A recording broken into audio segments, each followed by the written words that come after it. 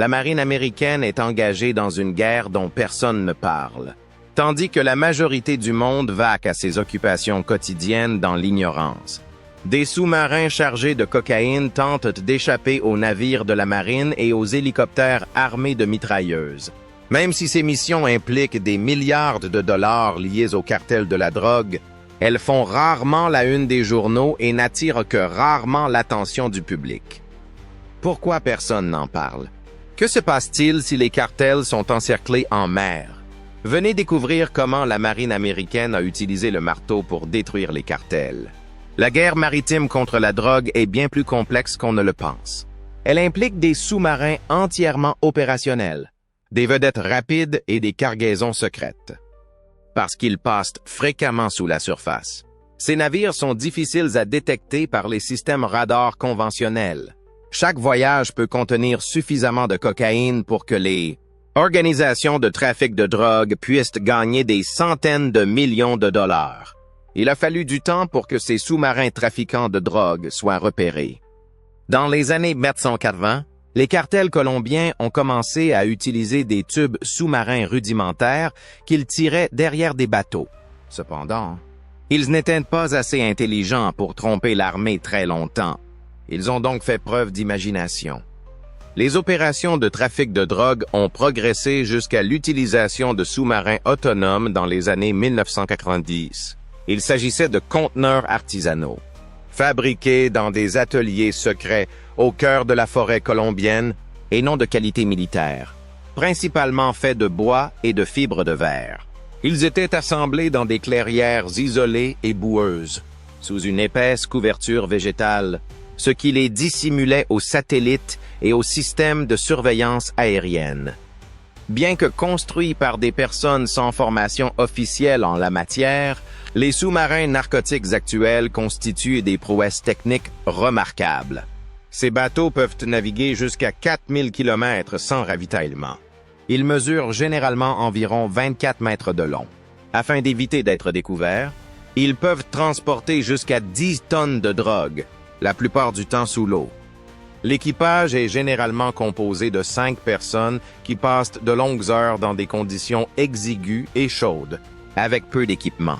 Bien que ces sous-marins puissent transporter plus de 150 millions de dollars de marchandises, leur construction coûte généralement entre 1 et 2 millions de dollars. Ils constituent un choix très attractif pour les opérations de trafic de drogue en raison des profits potentiels, malgré le risque d'interception. Il est de plus en plus difficile de trouver les derniers modèles de ces navires. Leur conception aérodynamique permet de gagner du poids en mouvement et ils sont souvent peints dans des tons bleu-gris pour se fondre dans l'océan environnant. Ils sont parfois doublés de plomb pour réduire les émissions de chaleur, ce qui les rend plus difficiles à repérer par imagerie thermique pour les avions militaires. Leur système de SAS, constitué de valves spécialisées capables d'inonder le sous-marin en quelques minutes à l'approche des autorités, constitue un obstacle majeur pour les forces de l'ordre dans leurs efforts d'interception de ces sous-marins. Le navire et ses biens peuvent alors sombrer rapidement au fond de l'océan, souvent par des profondeurs de plusieurs milliers de mètres, d'où toute récupération est pratiquement impossible. La sophistication technologique de ces sous-marins a été démontrée en 2024 lors de l'opération Orion, lorsqu'un sous-marin a été intercepté alors qu'il faisait route vers l'Australie. Le navire avait traversé l'océan Pacifique sur plus de 16 000 kilomètres. C'était la preuve indéniable que les gangs de la drogue maîtrisaient parfaitement les opérations sous-marines à longue distance. Et c'était aussi le signe d'un nouveau corridor de trafic. Dans un cycle d'adaptation complexe, les efforts continus des forces militaires et des cartels de la drogue ne cessent d'évoluer. Les organisations militaires fournissent de nouvelles technologies de détection à chaque avancée technologique réalisée par les cartels.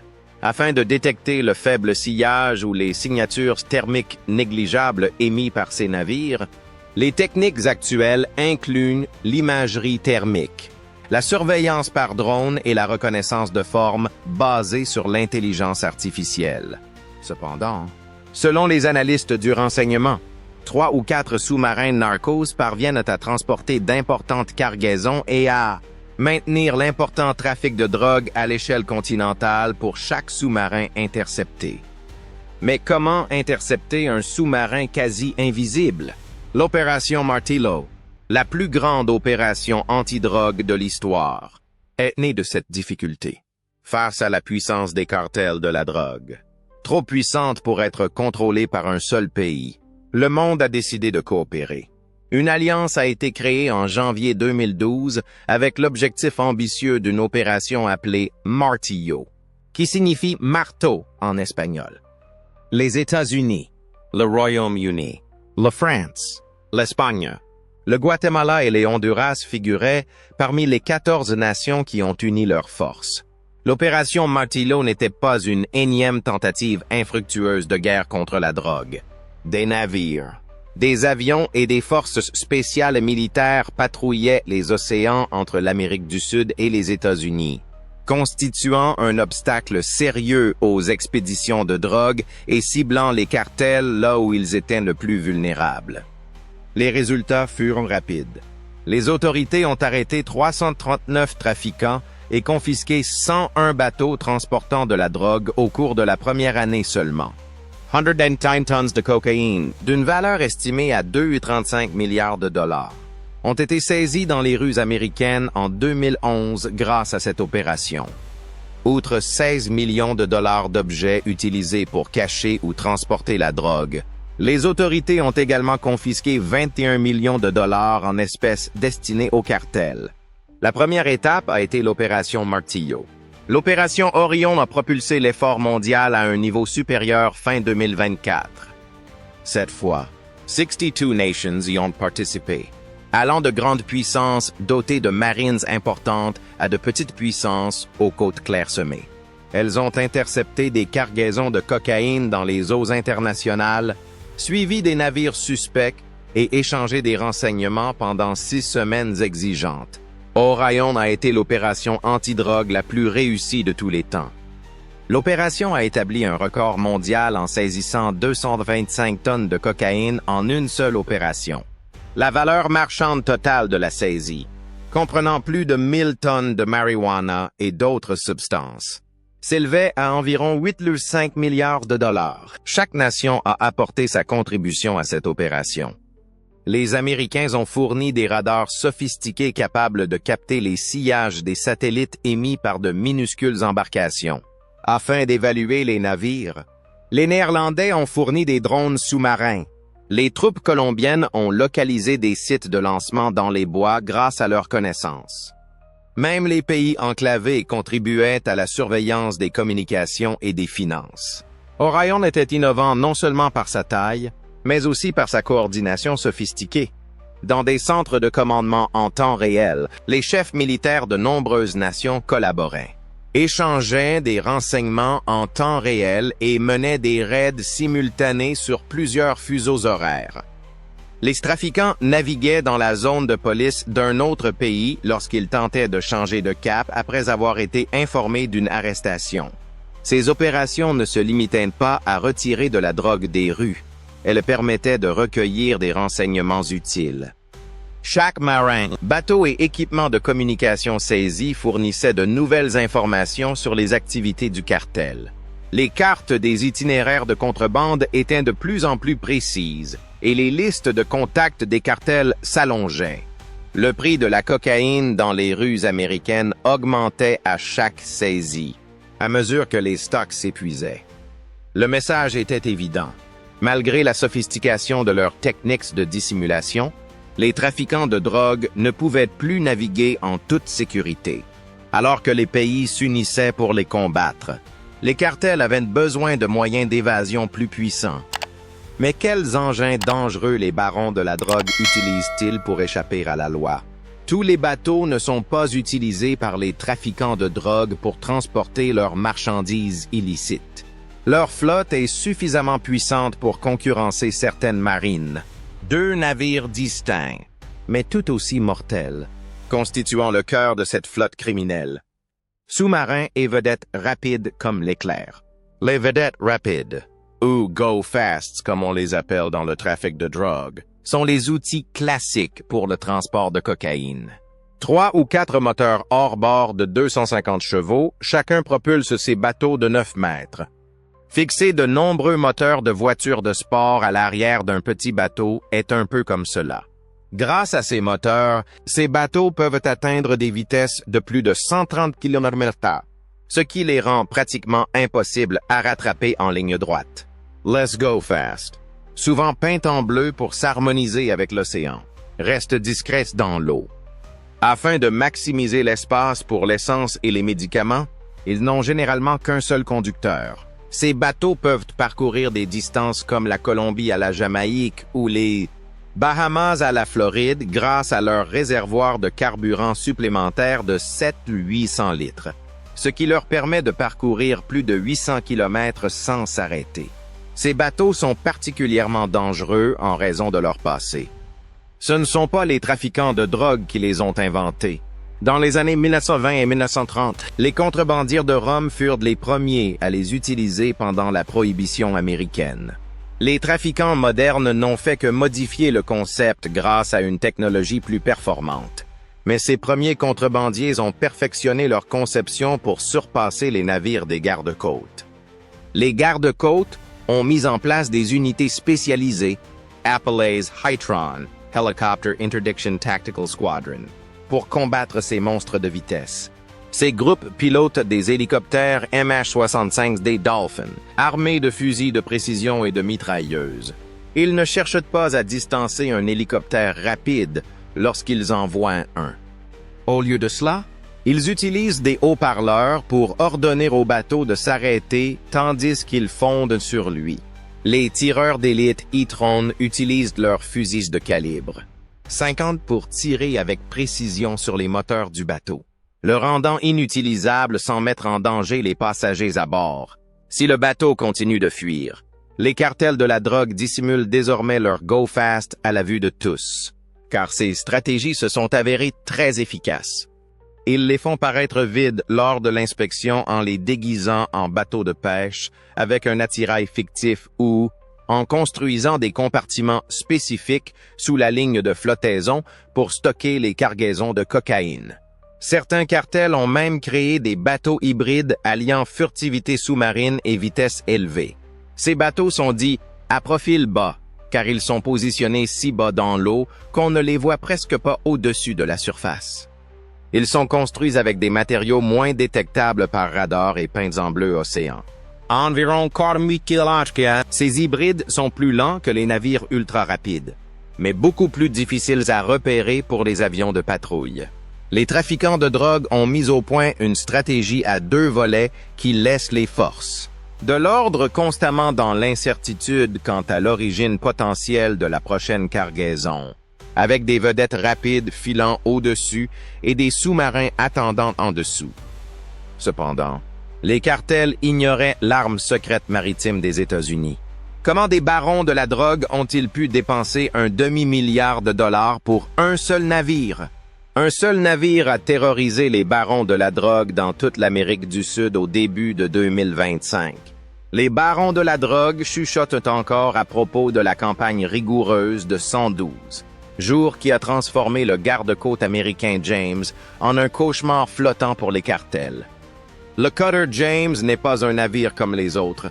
Ce côtre légendaire, long de 127 mètres, est une véritable métropole flottante dont l'unique mission est de traquer les trafiquants de drogue. Son équipage, composé de 150 hommes et femmes hautement qualifiés, travaille 24 heures sur 24, par roulement. Ce navire est le prédateur idéal pour traquer le trafic de drogue, car il peut rester en mer pendant des mois sans débarquer. Le succès retentissant de la mission 2025 en a fait un navire exceptionnel. Plus de 22 000 kilos de drogue ont été interceptés par ce seul navire en moins de 4 mois, soit suffisamment pour approvisionner une ville américaine de taille moyenne pendant 1 an. Il s'agit de l'un des coups les plus catastrophiques jamais infligés aux activités des cartels, dont la valeur marchande s'élève à environ 510 millions de dollars. Les opérations de janvier ont été particulièrement remarquables. L'équipage du navire a utilisé un drone pour détecter un navire suspect au large des côtes équatoriennes le 5 janvier. Contrairement aux drones militaires classiques, les gardes-côtes déploient des drones maritimes spécialisés, capables de voler en continu pendant 18 heures et équipés de caméras sophistiquées, capables de lire le nom d'un bateau à grande distance. 3 contrebandiers transportant plus de 925 kg de cocaïne ont été appréhendés par les équipes d'arraisonnement après que le drone ait suivi furtivement le navire à grande distance.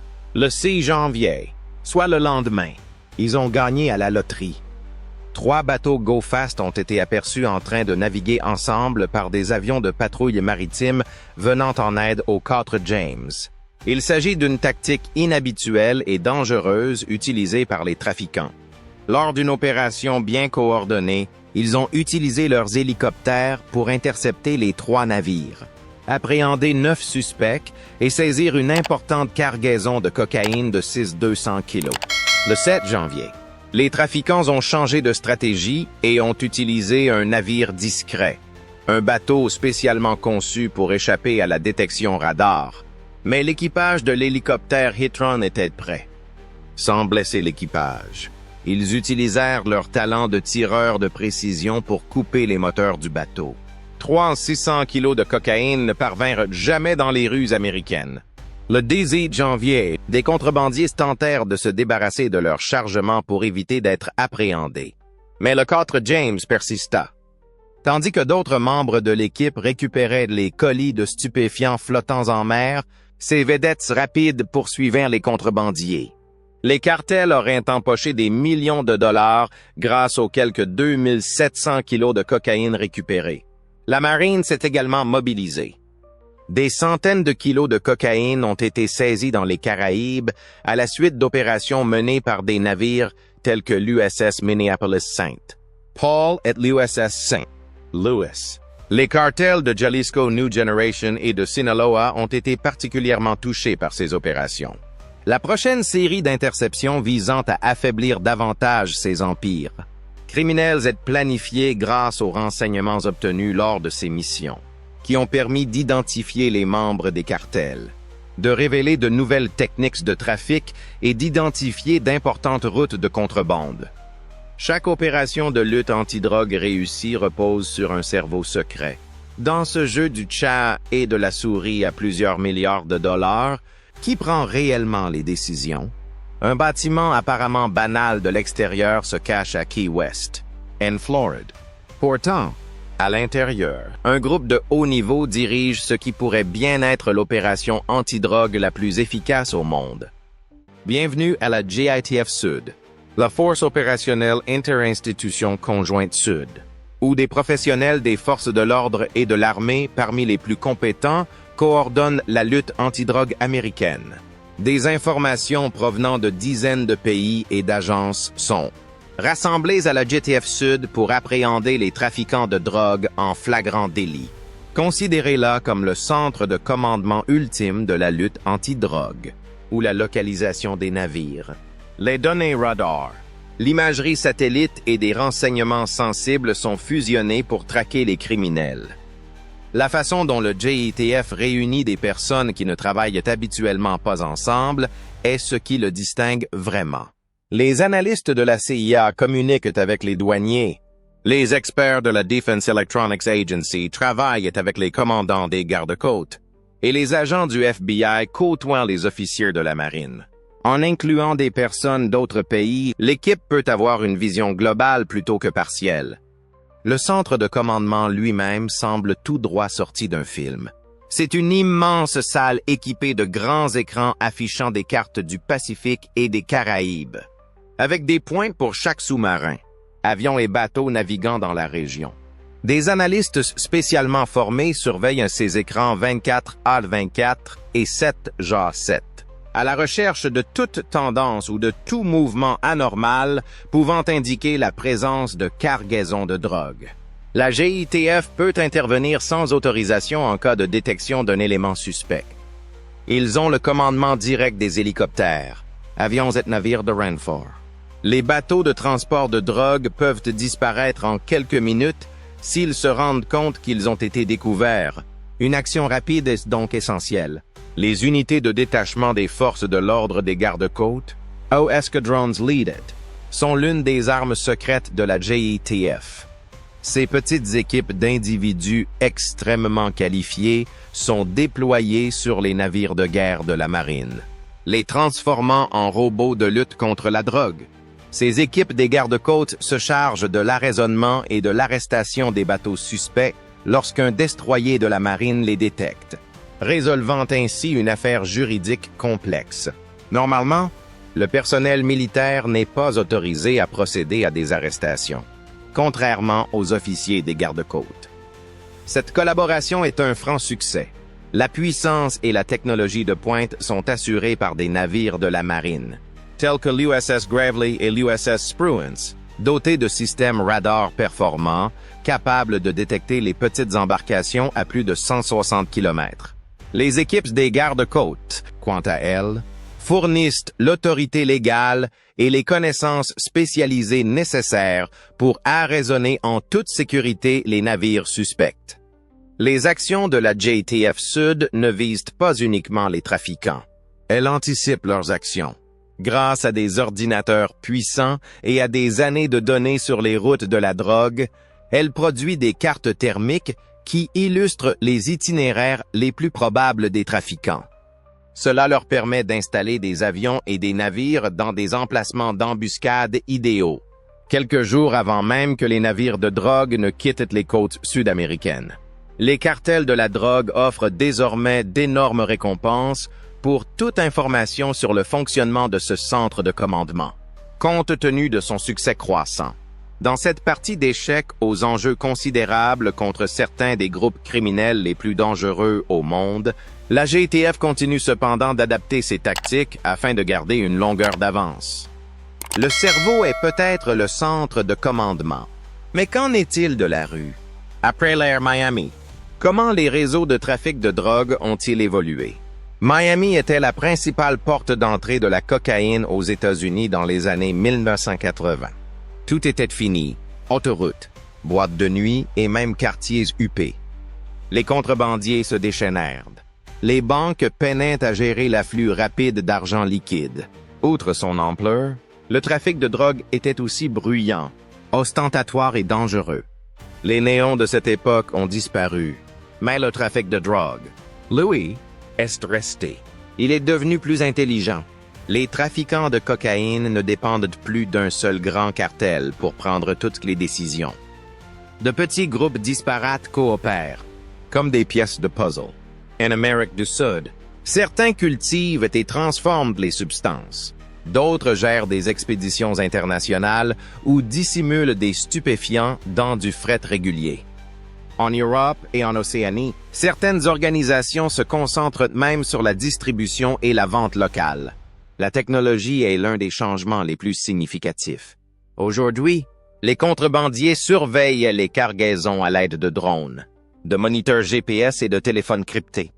Certains bateaux sont si bien équipés qu'ils sont difficiles à détecter au radar. D'autres sont chargés dans des conteneurs contenant des produits légitimes ou se font passer pour des bateaux de pêche. Et la voie maritime reste privilégiée. La cocaïne continue de voyager en grande quantité par voie maritime vers les États-Unis, notamment par les routes longeant les côtes d'Amérique centrale. Ces itinéraires sont dangereux, longs et clandestins. Si les trafiquants soupçonnent des problèmes, ils peuvent déverser leur cargaison en mer ou changer de bateau en cours de route. Certains transportent même des tonnes de drogue à bord de narco-sous-marins, des sous-marins artificiels. Ces sous-marins ne sont pas de simples rumeurs. Ils ont été découverts avec des stupéfiants à bord et leur équipage est composé d'individus infiltrés. Ils sont difficiles à trouver car ils flottent souvent juste sous la surface. Les enjeux de ce jeu de cache-cache sont énormes. Les troupes américaines, comme les gardes-côtes et la marine, ont renforcé leurs stratégies en réponse. Le ciel est surveillé par des avions. Les navires utilisent des sonars et des radars. Des équipes surveillent en permanence les itinéraires suspects. C'est une traque continue qui nécessite des mises à jour régulières. Les trafiquants de drogue s'adaptent rapidement. Ils tentent une autre voie si la première est bloquée. Lorsqu'une approche ne fonctionne pas, ils en essayent une autre. La rapidité n'est plus le seul facteur. L'objectif est de garder une longueur d'avance. Les réseaux d'aujourd'hui sont discrets, complexes et internationaux. Mais le passé de Miami ressemble à un film délirant. Mais l'objectif reste le même: transporter des marchandises, gagner de l'argent et éviter les ennuis. Les deux camps surveillent constamment les prochains mouvements de l'autre tandis que la bataille se poursuit. La lutte contre les réseaux de trafic de milliards de dollars, les vedettes rapides des cartels et les narcos sous-marins est loin d'être terminée. Ceux qui se dressent sur la route des criminels doivent également s'adapter aux nouvelles techniques et technologies. Le silence est désormais une stratégie plutôt qu'une protection dans cette bataille secrète en haute mer. De plus, le prochain conflit pourrait déjà être en cours.